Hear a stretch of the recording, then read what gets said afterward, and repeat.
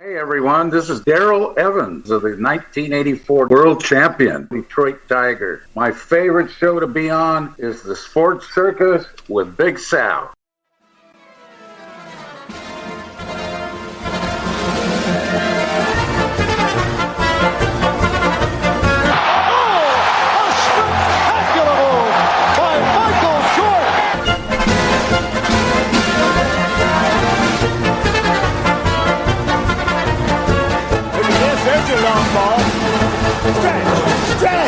Stretch! You can put it on the board! Yes! Welcome to the Sports Circus. I'm your ringmaster, Sal, live from Las Vegas in the AMP TV studio, AAMP TV. Today's show is brought to you by UppercutChops.com.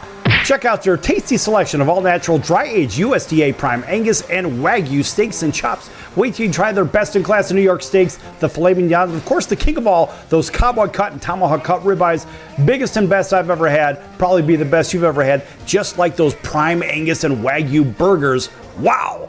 Half-pound monsters. Imagine eating a couple of those and having a giant brick in your belly, but feeling really good. Check them out at UppercutChops.com or find out what's for dinner at 702-799-9935. That's UppercutChops.com, 702-799-9935.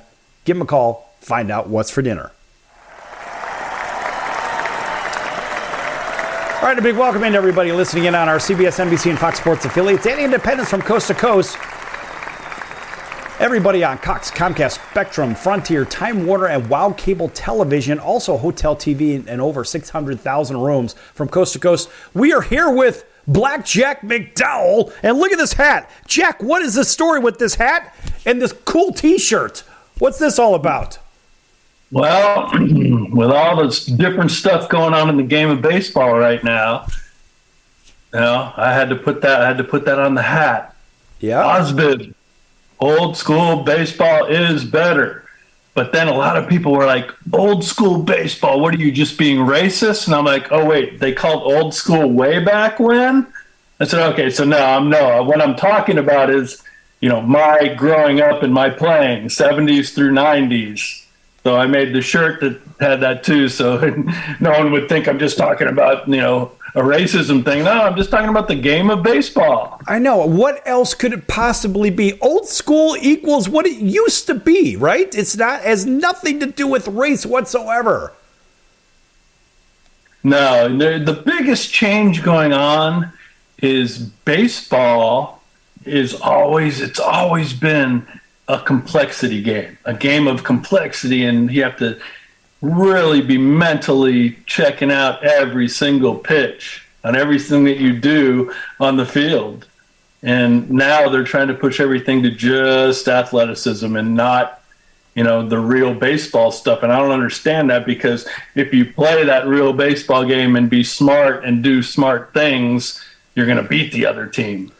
Yeah, I mean, whatever happened to the old students of the game idea? Whatever happened to that? Whatever happened to giving people hot foots on the bench when, I don't know, maybe it's 15-0 or something and nothing's going on, right? And you got a guy out there mopping up, maybe in the 8th inning. How many hot foots have you given, if any? Well, who knows? Right. Well, we think about that, right? Or the bubble gum on the hatchies. Of course, I've fallen victim to that one a few times. But anyway, go back to the students of the game thing and talk about students of the College World Series by chance. Oh, yeah. Well, watching my old school Stanford for the third time there, and they got knocked out, and it's frustrating because I really wanted them to keep going and keep going and keep going. And watching the games, that's really the only games I watched were the regional games that were on TV, the super regionals, and then the 2 games that they lost in the World Series. And I saw so many things that I would like to make adjustments to. Just looking at it going, wait, what are you guys doing? Why are they doing this? But it's pretty much everything going on these levels of baseball.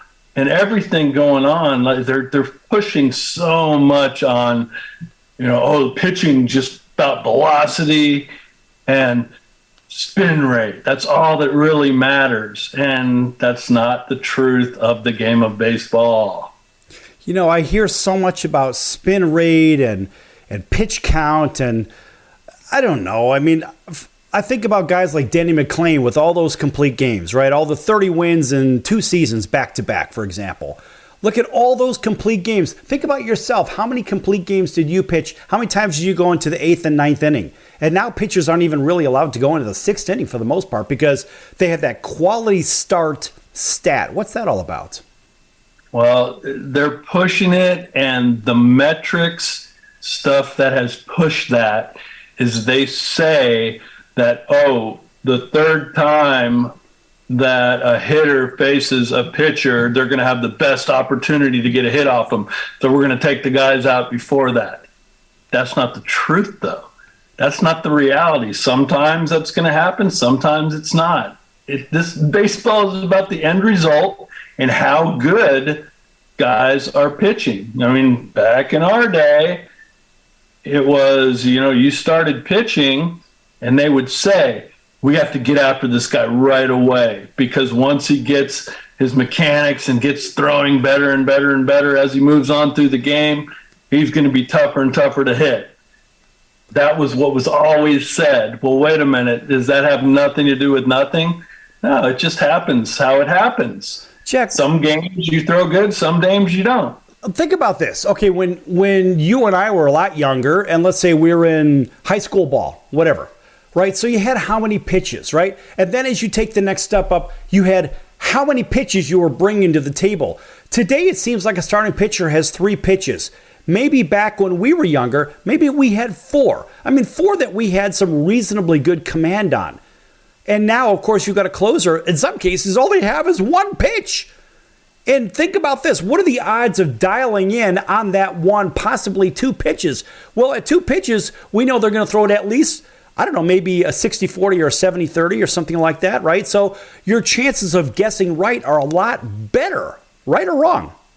Yeah, it's being smart and trying to be smarter and adjust to, how did he just swing at that fastball away? He just took a curveball. That means he's not looking for a curveball. He's looking for a fastball. So I got a chance to beat him with a curveball or 2 curveballs later. It's stuff like that is smart. Right. That's what goes, and that's disappearing from the game of baseball. Now, all they care about is velocity. And the funny thing about velocity, I want to give you people out there listening up, this is reality. This is not opinion. Okay, the velocity they are doing now is a different measurement of how they did it in our time. In our time, it was as it crossed home plate, what was the measuring velocity, and now it's right out of your hand. They measure the velocity. Okay, but either way, let's do some math and metrics right now. Okay, here comes some McDowell metrics. You have a 10-mile-an-hour difference, 100 miles an hour versus 90 miles an hour. How much quicker is the ball getting to home plate? Well, if you do the math metrics on that, 10-mile-an-hour difference on, a 55-foot release to get to home plate, it's 1/3 of a foot difference. 10-mile-an-hour difference is 1/3 of a foot. So the ball gets there this quicker 4 inches. than 100 miles an hour. So is that really important? Is it really important? And now a lot of the pitchers are just yanking their body to try to get that quicker right out of their hand. But guess what? If you go straight ahead and get forward, go back and look at Randy Johnson's change and adjustment where he was way out and forward. Okay, so 10-mile-an-hour difference is 1/3 of a foot difference to get to you. Well, guess what? If you release the ball 2 feet closer, that's getting there quicker.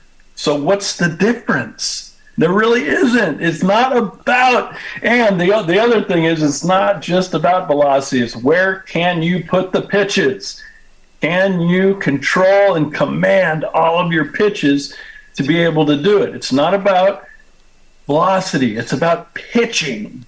Folks, by the way, this comes from a Cy Young Award winner a 3-time All-Star, league leader in wins. Look, this guy knows what he's talking about. If you're going to try to question what he's saying, you better do your homework, because I think Jack knows just a little bit about the pitching business. And you know, Jack, another thing about this, we think about everyone overthrowing here in our last minute of the segment. People overthrowing, coming down in a position where they're not ready to field the ball. And yet, by the way, they can only throw maybe 2 pitches at best, because they've got their get-me-over pitch, right? And then they're going to go ahead and experiment with some of this other stuff. The reality is the hitter knows how to dial in on what's coming, and chances are it could be dead red, because maybe that's the only thing they could get over the plate. Right? And so what are they doing? They're just sitting there saying, all right, come on, bring that cheese, man. I'm going to take it right over the wall. And nowadays with that launch angle thing, which I want to talk about in the next segment, right? So a lot of those balls are leaving the yard on top of it. Well, yeah, but if you know what a launch angle swing is and the guy really has that all the time, that's easy to beat. Right. If you have a man, that is real easy to beat. Yeah, well, and that's a whole nother discussion. In fact, let's leave that for the next segment, because let's face it, that uppercut swing is a whole different animal and everything else. And I see one guy in Major League Baseball that's really doing it, and he kind of reminds me of Tony Gwynn up there, and that's Luis Ariz. When we come back, I want to talk a little bit about Luis and his chances for 400 and that whole launch angle thing, because I think Luis is probably the next guy that could possibly hit 400. This guy's had 3 5-for-5s already this season, and he's going to have more. Don't go anywhere. Last word to come here with Blackjack McDowell. Remember, this hat, this cool shirt, check them out at Stickman111 at yahoo.com. You can Stick Jack. It's Stick Jack. Sorry, Stickjack111 at yahoo.com to get this cool hat and shirt right here, folks. Don't go anywhere. Last word to come here on the Circus.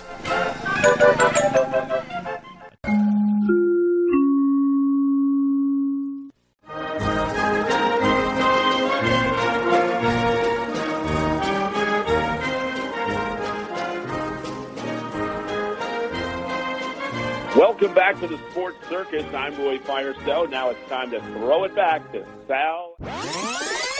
My favorite one had to do with the Green Bay Packers.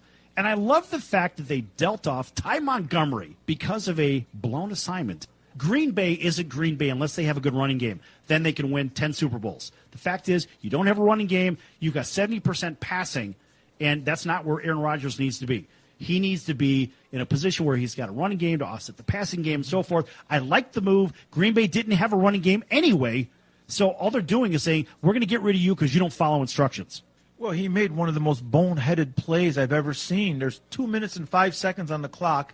They traded him on Tuesday. They should have cut him on Sunday night. He shouldn't have been on the plane back to Green Bay. Right, they should have made him walk back to Green Bay. No, it was a terrible play. Now, he's not a stupid guy. He went to Stanford. He's not a dumb guy. He's not a dumb guy, but he doesn't follow instructions. He made a terrible play. The fact is he didn't follow instructions. And you say he's not a dumb guy. His own agenda he put ahead of his team. I agree. Thus, he is a dumb guy. Right or wrong? Wrong. He just got selfish. You're not going to convince me that a guy from Stanford's a dum-dum. No!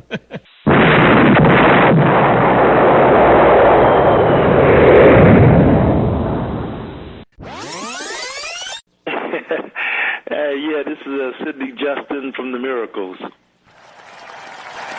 So you heard yesterday's show at Roy Firestone. Did you hear a little clip about him going into the office where Smokey was at? And that was really good material, wasn't it? Yeah, that was really funny, man. Yeah, and then you heard him. It was hilarious. It was cool, though. It was cool. Really cool story, man. I enjoyed listening to that. Right, and then he gave a couple of bars. Can you give us a couple of more from Ooh Baby Baby? And let's see if you could do it better than Roy Firestone.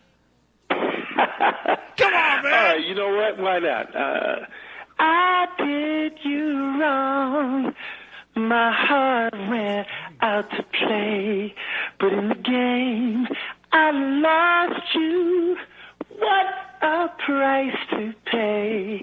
Hey, I'm crying. Ooh, baby, baby. How's that, man? That's Is that incredible, okay? Is that good man. enough? That's incredible. That's fantastic. You know why? Because that's what you do. You're in the incredible business, Sid. That's awesome. Yes. Only on the Sports Circus. You're going to get sports. You get music. You're listening to the Sports Circus, and I'm Mike Golick.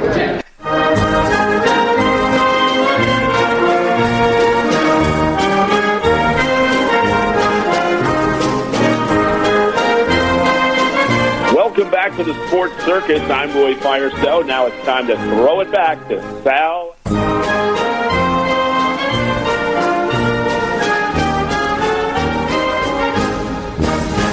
Welcome back to the Sports Circus. I'm your ringmaster Sal, live from Las Vegas in the AMP TV studio. It stands for All Ages Media Programming Television. Folks, this segment is brought to you in part by this wonderful hat and shirt. And here to tell you all about it is Black Jack McDowell. Jack, what's the story with this hat and this shirt? Tell everybody about it and where they can find them. Well, it's the Ozbib. Old school baseball is better. That's just... Old school is just my time. That sounds old school. I'm old enough to say I was old school even 30 years ago, something like that. And so I started making those hats and shirts because I've been coaching so much and then watching so many weird things going on in our game that aren't helping the game get better. So I want to prove to people that, guess what? This, and this are going to be better things. So don't change that. You know, just play the game of baseball.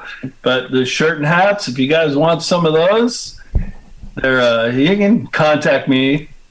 My email, stickjack, STICKJACK 111.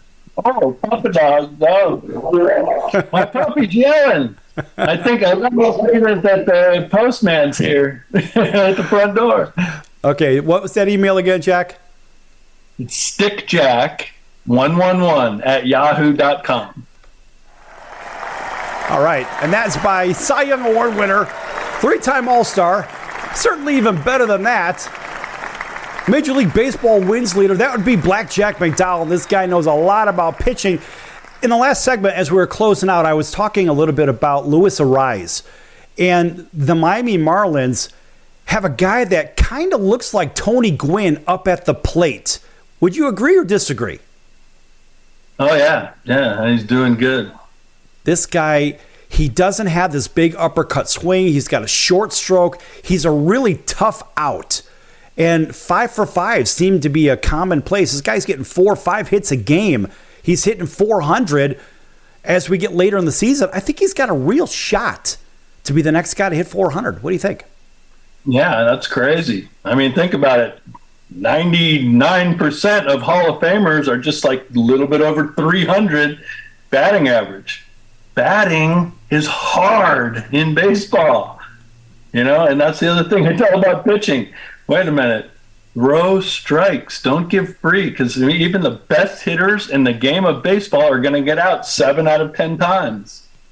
Right. And you know what I look at is a guy like him. He frustrates pitchers because he doesn't swing hard. The guy just puts the ball in play, and he will hit it into the ground. He hits a lot of line drives. He's a line drive machine. But at the same time, he doesn't hit the ball in the air. Why? Because he doesn't have this big uppercut swing like a lot of these hitters today for some reason. I heard Miguel Cabrera talking about this uppercut swing, and he was selling the audience on this uppercut swing. Yeah, this guy's going to be a Hall of Famer for sure. But the reality is, how many balls can you put in play that have that 15% extra chance of an error, hence the ground ball, Jack, as you were discussing previously? How many guys can actually do that and hit it out of the park with consistency and hit over 300? Well, that is another thing. The metric stuff has made it a frustrating thing to hit a single or bunt a base hit. We just want home runs. That's all metrics cares about, is I want a home run. How about just scoring runs and playing the game? And guess what? You ain't just going to be able to hit a home run. And why waste outs when, you're trying to do a swing that's not going to put this specific pitch in good area? And that's the thing. Different swings are important for different pitches. Think about it. Are you going to have the same type of swing for an up and away strike fastball or a down and away strike fastball, or an up and in strike fastball or a down and in strike fastball. You better have just the right way to take the bat to the ball. Yeah, sometimes it's going to be an upper swing when the ball's down low and you've got to get down there and lift it up. Yes, but you're going to try an upper swing on a upper thigh to your chest. That's going to be lazy pop-ups, foul balls on pitches that you could crush sometimes to the gap. Jack, let me ask you another question, and this is a basic question on hitting. Okay, so let me grab a bat here. Let me set this Cardinal down here. All right, kind of a fun bat. This is for all you White Sox fans out there. White Sox Astros World Series bat. Okay, so here we are, and you've got the average Joe holding their bat like this, right? You look at it, your knuckles lined up big and little.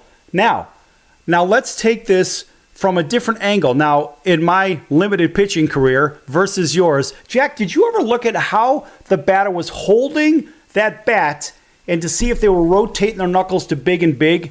Did you ever look at that?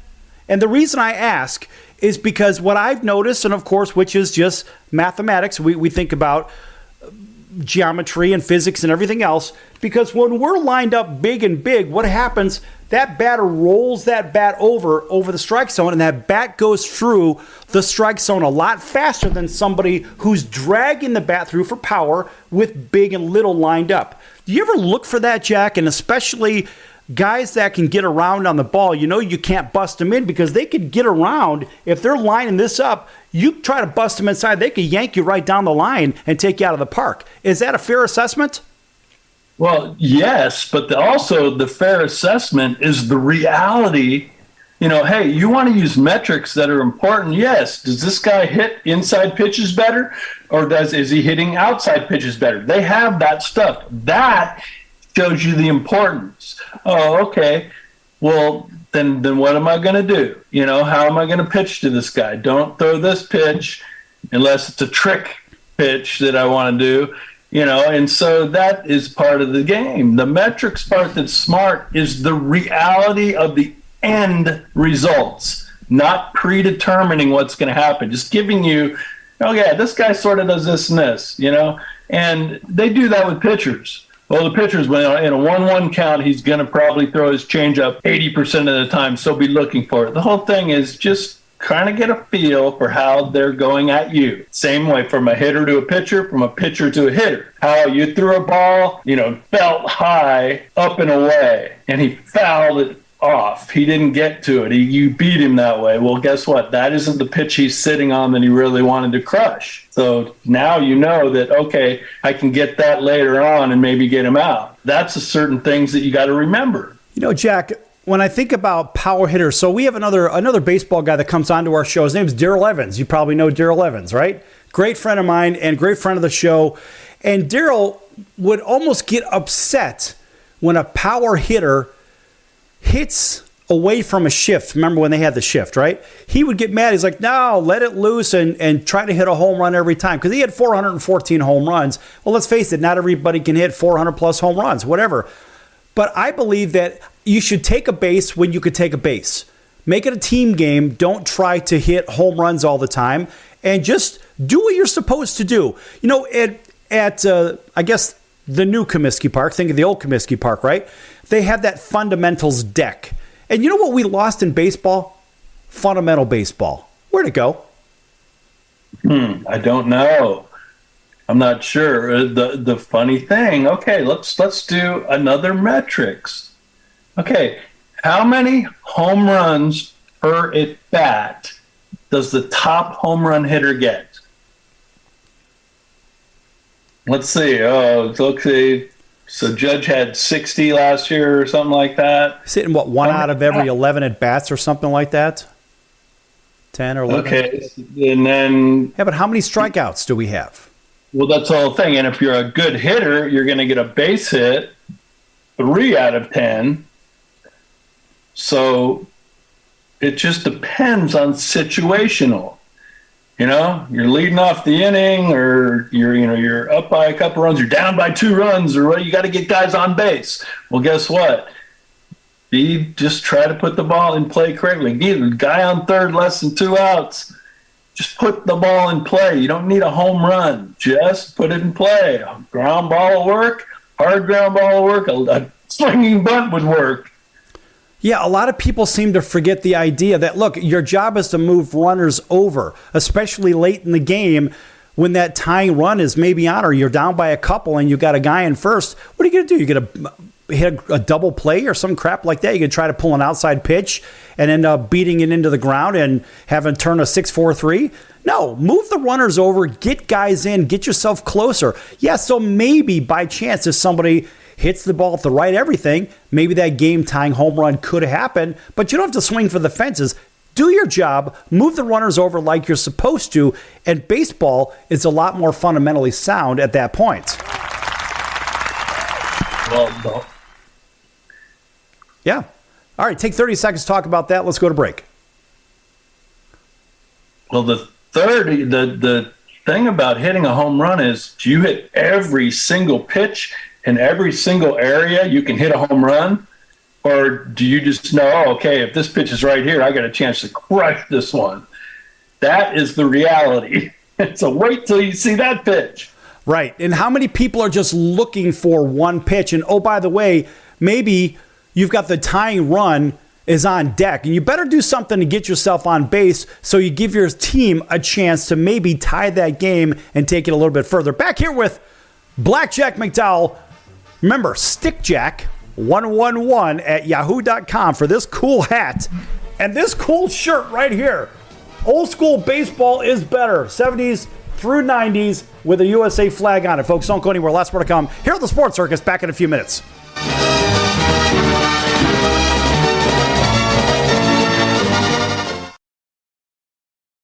Attention business owners, you and your customers are listening to this commercial right now. Face it, every business needs customers, even yours. The Sports Circus is a primetime nationally syndicated program that's carried on ABC, NBC, CNBC, and Westwood One News affiliates, plus CBS, Fox, and NBC sports affiliates across North America with coverage from Hawaii to New York.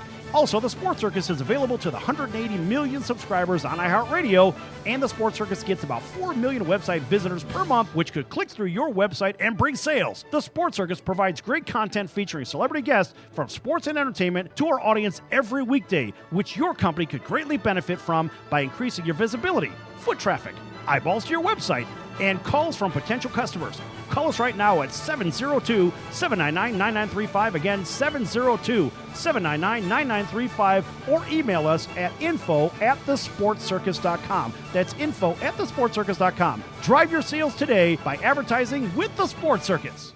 Do you own a timeshare? Well, face the facts. You made a mistake. You made a bad purchase. A timeshare is not an investment. It's a money pit that continues forever. If you use your timeshare, that's great. But if you don't and you want to legally get out of your contract, call my friends right now at the Timeshare Exit Hotline. They're an experienced team of lawyers who help good people like you get out of a timeshare contract that they just don't want.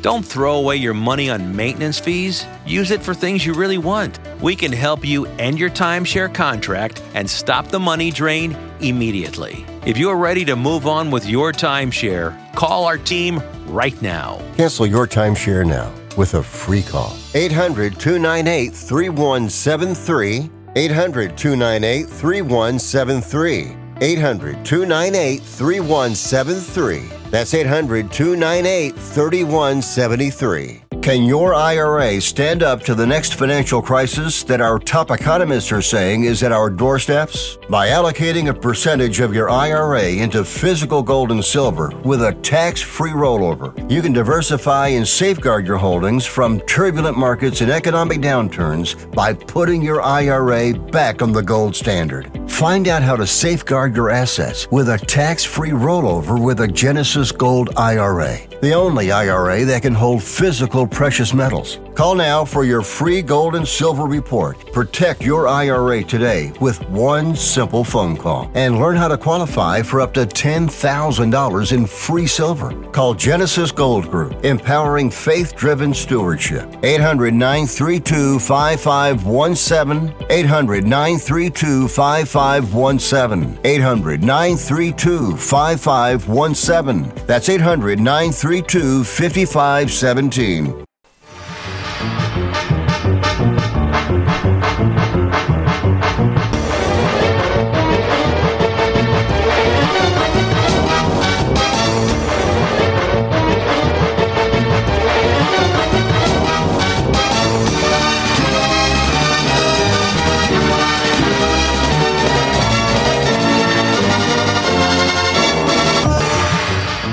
Welcome back to the Sports Circus. I'm your ringmaster, Sal, live from Las Vegas in the AMP TV studio, AAMP TV.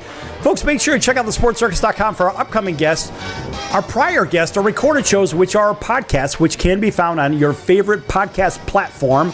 Also on YouTube, on Facebook, on Instagram. They're everywhere. You can't get away from us. Also, remember, you can also watch this show on Cox, Comcast, Spectrum, Frontier, Time Warner, WOW Cable TV affiliates in select markets, and Hotel TV in over 600,000 rooms from coast to coast. And you can learn all about these amazing products, just like this one right here. We've got to give Blackjack McDowell a chance to talk about his old school baseball is better. And Jack, here we are again talking about it. You know why? Because we can.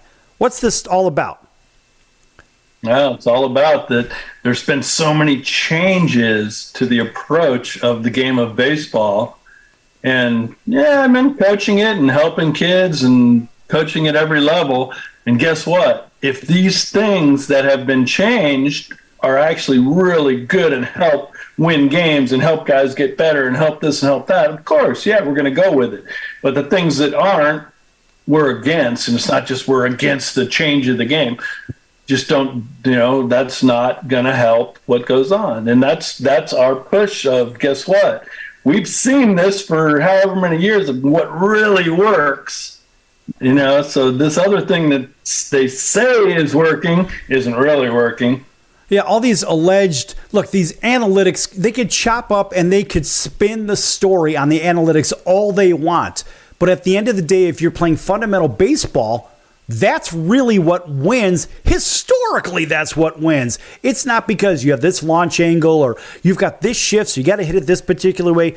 Do the right things. If you're a hitter, do the right things at the plate. You don't have to swing for the fences every time. Put the ball in play and hear from a Cy Young Award-winning pitcher, a three-time All-Star Jack. Think about this from the other side of the fence, the other side. Now, not you on the hill, but you at the plate. What were the things that made you the most apprehensive? When you saw a particular hitter, what were the things that you were looking for? How am I going to get this guy out? Because he's maybe a 300-plus hitter, a bona fide 300-plus hitter. Well, you have an idea of the pitches that he really does well. If he's a better inside swinger or a better outside swinger, or he can do both. But he'll chase a high pitch, he'll chase a low pitch. You never know. There's different things that different guys can do and can't do. Because hitting in baseball is one of the hardest sports things to do. And so that's what you have to learn about. And the thing about pitching and being able to control yourself and be better isn't just about velocity, because, okay, wow, the guys that throw the hardest in the game, supposedly, right? Can no one hit them? Is no one hitting because it's so hard? And is it much different from a guy that throws 10 miles an hour less? No, it's about command. And it ain't about, this guy's spin rate on his slider. He should throw more sliders because they don't hit his slider very much because of his spin rate. No, because he set them up for that slider, and it kind of looks like a fastball. He threw the fastball here, and then he throws a slider that starts there and cuts in. That's what really works. You know what, Jack? What we're seeing in today's time, as I see it, is we're constantly seeing the matchup of power against power.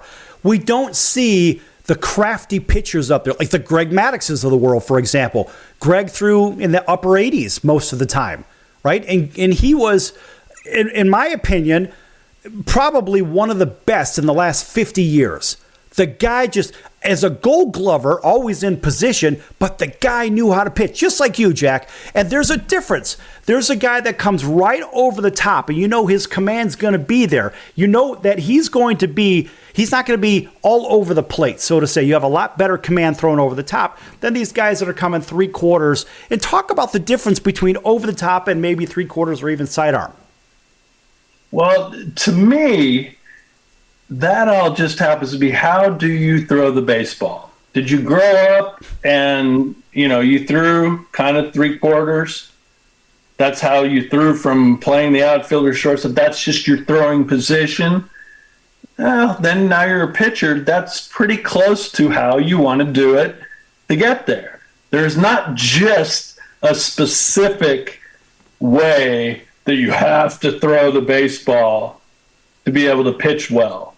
You just have to know how you can throw, and how, that is the biggest thing to do. Now, down below, a sidearmer, that's the guy that just teaches himself how to go sidearm, from the pitching mound. But saying like 3/4 to over the top, it just depends what your true throwing motion is. That's going to help you, because get on the mound, play catch with the catcher. And then you get your mechanics to where you can pop right where you want to throw it. Jack, I remember that when I was in high school. I played 2 years of high school ball, and I didn't play any pony league ball or anything like that. So I went right from one of the lower 1 year little league into high school, and they tried to change my throwing motion completely. So I was naturally a 3/4 thrower. It's just what I did. And needless to say, the ball certainly, sometimes it got lost over the plate, I suppose. I mean, a little bit wild in the strike zone. It is what it is. But when I got to high school, they tried to get me to throw right over the top. And I understand mechanically why. I think maybe on the infield, that's a really good idea. Maybe for your third baseman and shortstop, so they're throwing on a line, and maybe that first baseman could scoop it up if it's in the dirt or something. But it was so hard to make that transition. It took me about a year to really kind of figure that out, and I still couldn't throw right over the top. It just wasn't my thing, because I had that like this here, and so that curveball would dip and dive. It would almost be like today's sweeper. They talk about that. What is this sweeper pitch that everyone talks about? Isn't it an old school curveball? Well, the old school curveball, or a big time cutter that just happens to be downhill more. Yeah. Curveballs are just what they are. So, some guys are going to have the 12, think about what they used to say about our curveballs back in the day. A 12-6, a 2-8 curveball, one that goes that way. They would just say it as the clock numbers. That would be the different types of curveballs that people had. Right. And Bert Blyleven was the master of that 12-6. From everything I've ever seen, there was nothing better than Bert. I sat next to Bert at a hockey game over in Anaheim. And it happened that I was like, I looked over, my buddy goes, "Hey, Bert's sitting next to you." I'm like, "I know." I said, "I'm going to ask him." He goes, "Yeah, I know." And so right when I turned to Bert, before I even said a word, I said, "Hey, Bert." He goes, "Don't even say it. I will not teach you how to throw that curveball," if you know what I mean. He's like, "I got to kill you if I tell you." It's one of those. But he just had that perfect 12-6. But the reality is, look, either you knew how to throw it and you could pull it down to get that big hook off it, or you couldn't. And that was it. Right or wrong? Yeah. I when I teach the kids, as they're growing up, to throw a curveball, what I will say is it really is, wherever you release the ball, karate chop the catcher. Karate chopping. And that's how you will get in the strikes. You go here, even if you're at the 3/4, karate chop the catcher. Straight over the top, karate chop the catcher. And then you're on the side of the ball comes out and you want it. And the other part, you're like, yes, just do that karate chop. I try to do it on the fastball too. Karate should go right through the catcher. Mm-hmm. Your ball will have some movement, but don't just yank it, because sometimes you'll yank it, you release it here, you'll yank it, you release it here. Guess what? That's striking balls. Right. Let your head and your front side be quiet. And the oomph is not that. The oomph in pitching is your arm. Quiet, quiet, quiet, quiet. Oomph. Throw. I love the karate. I've never heard the karate chop analogy, and of course, that's great stuff. Now, Jack, you're also an instructor. You get private instruction for baseball, correct? Yeah. Take 1 minute and talk about that real quick for the audience. Oh yeah, we have a batting cage and a mound here at our house, and anyone that wants to come out and hit. I told our 10-year-olds little league, they just had their postseason party. I told any of the kids, hey, you guys want to come this summer and hit and pitch anytime? Let's do it. Come on out. And we'll also play pepper in the front yard. That's great. So if for everybody that doesn't know what pepper is, remember there was always those no pepper at the big league parks, right?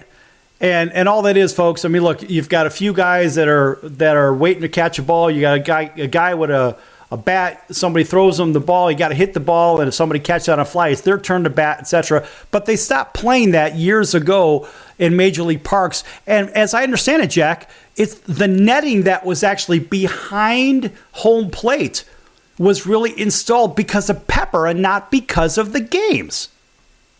What do you think?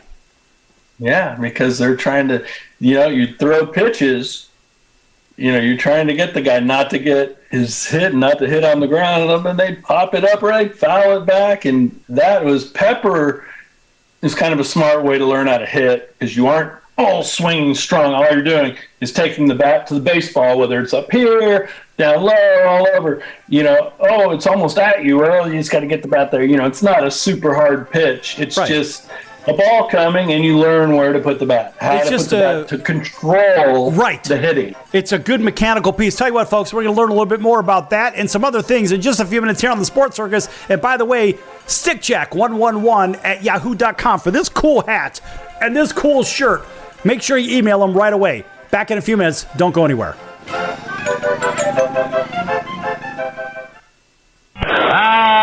Can't beat fun at the old ballpark, friends.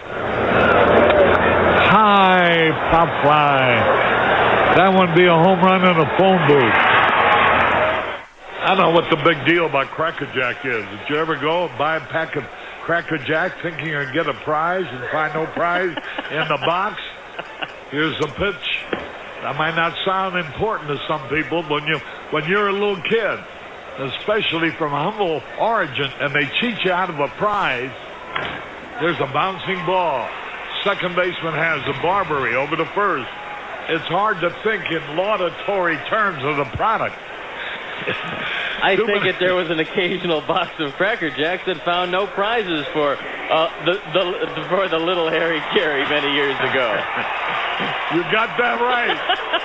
And boy, when a box of Cracker Jack to me meant a lot of money. Here's a pitch, bounce foul. That's the most asinine marketing I've ever heard of. 1 ball, 1 strike. These guys say, well, you sing about Cracker Jack. I said that I only sing it because it's in the song. Here's a pitch foul back. And I wouldn't be a bit surprised, even to this day, some youngsters who buy a box of Cracker Jack don't find a prize in the box. 1 ball, 2 strikes, 2 out. Well, if you're going to talk about our congressman being crooked, here's a pitch foul out of play. Why not talk about commercial products that don't do what they represent to do? There's a smash to Squires. He's got it. 1, 2, 3, nothing across. We're going to the bottom of the 7th now to score. All tied up. Milwaukee 4, the White Sox 4. Hey! Everybody! All right, Nancy, let me hear you.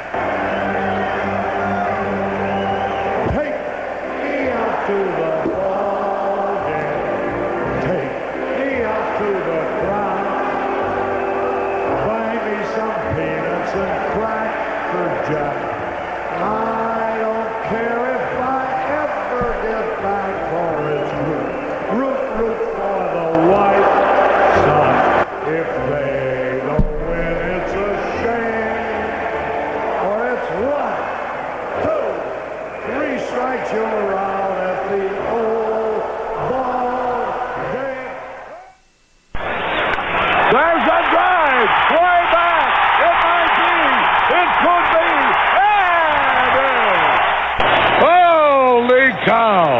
This crowd is wild.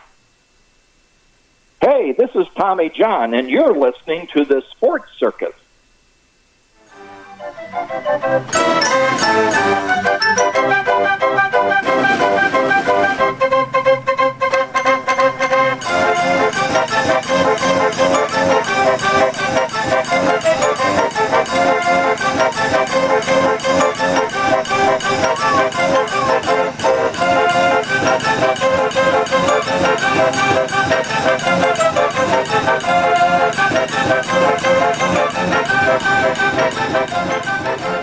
Welcome back to the Sports Circus. I'm your Ringmaster Sal, live from Las Vegas in the AMP TV studio, AAMP TV. Folks, make sure to check out thesportscircus.com for upcoming guests, our prior guests, or recorded shows, which I mentioned before, which are podcasts on all platforms, as well as check out our partners. One of those partners is the College of Southern Nevada Athletics, csncoyotes.com for upcoming games and events. That's csncoyotes.com for the College of Southern Nevada Athletics.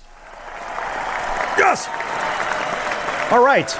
And for great instruction on baseball, we just happen to be joined by a Cy Young Award winner, a 3-time All-Star, and by the way, also designer of these really cool hats and T-shirts, and that would be Jack McDowell, but you can call him Black Jack, or you can check him out at SickJack111 at yahoo.com to pick up these great hats and these great shirts, and of course, a nice round of applause.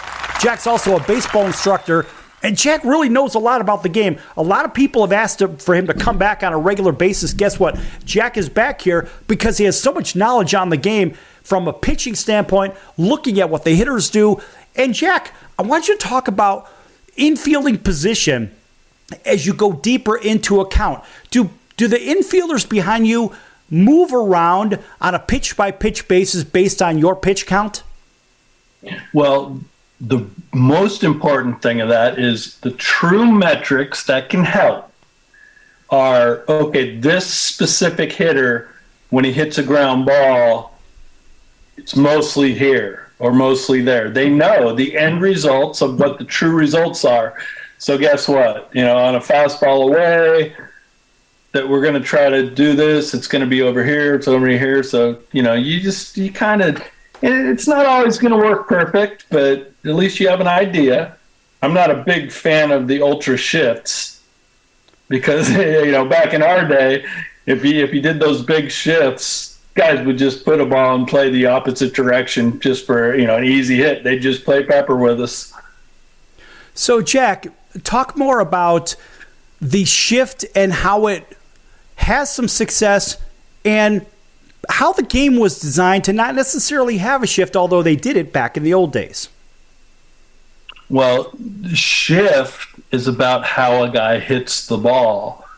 So if a major league hitter cannot hit the ball opposite field or pull an inside pitch, you pull an inside pitch, hit an outside pitch oppo field, is that what's going on? That everyone's just trying to do one thing, which is overswing and over hit the ball out, so you're going to roll over on a pitch away?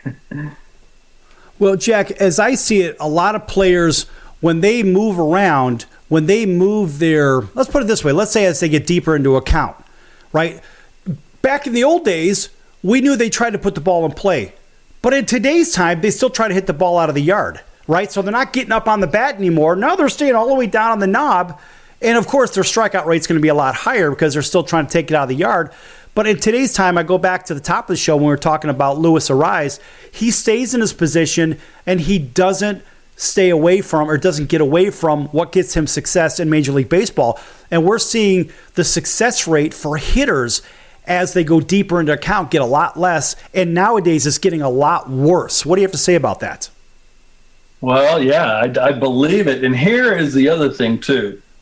You have RBIs, right? Well, overall RBIs, I know the metrics people they don't think that those are really mean anything. It's just because if a high RBI guy just has his other teammates are on base when he gets a hit. And so it's up to them what his RBI rate's going to be. Well, I always put it, why not, just like the strikeout rates, why not an RBI okay, what is the percentage when you have a guy in scoring position with less than 2 outs? What is this batter's percentage of knocking in an RBI? Is it less than his batting average? Is it more than his batting average? Is he getting it done, to get an RBI? That tells you who the smartest, better hitters are. Strikeouts as a pitcher are overrated too, because outs are outs. Doesn't matter. Strikeouts are great, but guess what? The strikeouts that matter are in situations where if a batter puts it in play, it's going to be an RBI, and you strike him out. So the strikeouts that should really matter are guy on third, nobody out. Second and third, less than 2 outs. Guy on third, less than 2 outs. So, all the guy has to do is put it into play, and he's going to score a run. But if you strike him out, that's an important strikeout. But nobody on base or a man on first, you strike him out, who cares? Right. Why wouldn't you double play? Why wouldn't who cares? It's just an out. Outs are outs. Right. And Jack, situational strikeouts are just as important as situational baseball when that ball's coming at you. Where's that ball going to if you're the third baseman? Are you throwing it to first? Are you throwing it to second? What are you doing with that ball, right? So you got to know what you're doing with it. But situational pitching is much the same, isn't it? Yeah, and what you talk about is where, as a defender, looking for the ball. It's one thing I like to teach is when you're in batting practice and you're playing defense during batting practice, read the swing, because you can kind of tell as you keep going and keep going and you see hundreds and hundreds and hundreds every day. You can tell, it's an inside pitch and he's turning on it, it's going to be more this way. You can really get knowledge, a predetermined knowledge on where that ball is going to go. You have an idea. Pay attention, and wherever the swing is, move in that direction at every position. If you're in right field and it's an inside pitch and you see him swing, move to that gap, because guess what? If he happens to get down and inside it and pops it up over that way, that's a direction. So everybody can do that during batting practice. Work to check that out and watch the swing, because you can see. I've been in baseball so long, I got out there in BP and I can tell where the ball's going to go just because it's been in my eye and in my brain for so long. Right. Jack, take 1 minute and talk more about why practice is important and why we don't see teams practicing anymore for the most part. Well, my practice that I love at the younger age, and actually at any age all the way through, is live BP. And not live BP with your own pitchers. Live BP is you're the coach and you just throw a doo-doo fastball down the middle. Go ahead, hit it. So every pitch that you throw is put in play and just go. So everyone has to be ready every pitch. And think about it. You aren't just standing around for 7 pitches for every at bat, every batter. So you can get through an entire game of stuff that happens in about 30 minutes. Jack, I'm going to take you away from baseball for the last couple minutes of the show, and I want you to talk real quick about your music and your CDs, because I've got a whole bunch of them here from you, and I want you to talk briefly about these. These are pretty exciting, folks. Now, if you haven't listened to some pretty good music, guess what? Jack's got a bunch of really good music right here. And Jack, talk a little bit about your abilities, what these CDs are, and what you like to do in your free time. Well, yeah, all those CDs, those are from years and years ago, from the 90s. Right? 2000s. And then the newest one, Replant My Lives, I kind of just did this year. Did it all myself at my house on my computer. First time I've done that. And it's just, Stick Figure was our second name. Our very first name as a band was The View. And then we changed it to Stick Figure. Right. That's what they called me in high school. I like that car you're driving. You're a stick figure because, go look at my rookie card. Right. 6'5", 178 pounds. And so I was just skinny rat. Right? So they called me stick figure, stick man. So I'm like, okay, I'm stick figure. So I made that logo. I love making logos and stuff like that, and I love doing songs. Yeah, here's a good one right there. That's my original stick figure. That's the very first stick figure album. Okay, so talk about that image real quick. Yeah, that was just, they said, yeah, I'm going to come up with a stick figure image. And that was just, okay, that's just me sitting there. Yeah, right. These are cool, folks. And by the way, if you want to hear some pretty good music, check these out. And Jack, people can get those at stickjack111@yahoo.com, right? Yeah, I do them and sign them for them. And if they want to buy a CD, I can sign that and sign a baseball card for them too. Talk about the music real quick. Take a minute and talk about the type of music that you play. Well, it's rock and roll, basically. No, not so. It's pretty much, I guess it's just a normal rock and roll, and kind of continues a little bit towards that. There's some music, definitely some songs in there you can dance to too. Right. So it's a little bit of both. I see that guitar up on the wall. What do you got hanging up there? Well, we got the guitar, one guitar here, another couple guitars on the other side. Yeah, I see Chief Wahoo on it too. Boy, too bad we lost Chief Wahoo.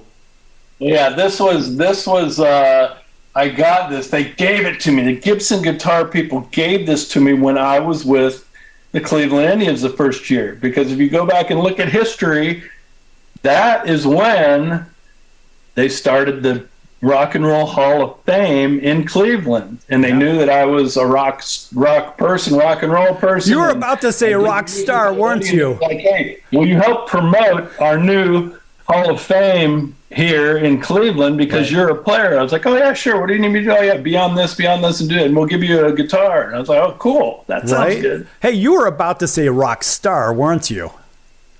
Yeah, but I'm not a rock star because I was never with a big rock thing and you know how you get on radio mostly back in the day? It's a little different now, but how you got back on radio back in the day is they paid the radio station to play your song. That's right. That's the old payola model. Yeah, I never had that happen. So I didn't get a lot of, so a ton of people haven't even heard of any of my music. Well, Some people have heard of it, but not a lot. Listen, Jack, we're rushing up on the end of the show here, but here's what we're going to do on our next time through this. We're going to play Jack's music on every break. We're going to get 4 songs that he wants. Actually, we'll get 3 songs that he wants because we take 3 breaks, and we're going to go ahead and play them all the way through. And Jack, it's guaranteed to be played on the radio no matter what because these shows are taken in their entirety and played on air. So, hey, how about that? There's no payola involved here. You're going to get all that play. Jack, thanks for joining us today.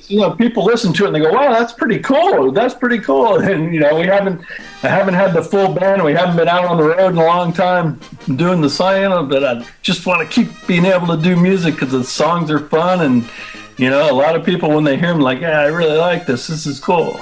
That's good stuff. All right, Jack McDowell, Black Jack McDowell, Cy Young Award winner, 3-time All-Star, and, of course, league leader in wins in Major League Baseball as well. He's going to be back with us another time, and we're out of time here on the Circus. Thanks for joining us today, and we'll see you next time in about 23 hours. Until then, so long, everyone.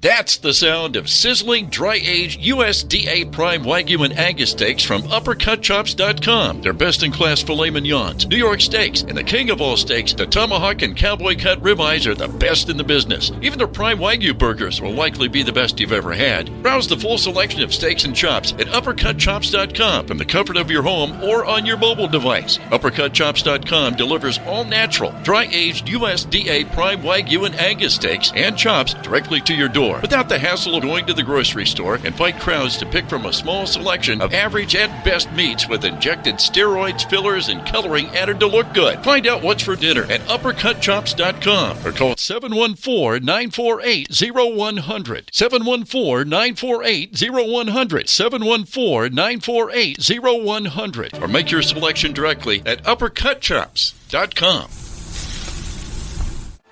I'm your ringmaster Sal of the Sports Circus. Join me and Hall of Fame world champion and all-star celebrity guest for chaos and controversy here on Libsyn and all podcast platforms. Also, thesportscircus.com. Remember, folks, it's a circus and we prove it every day.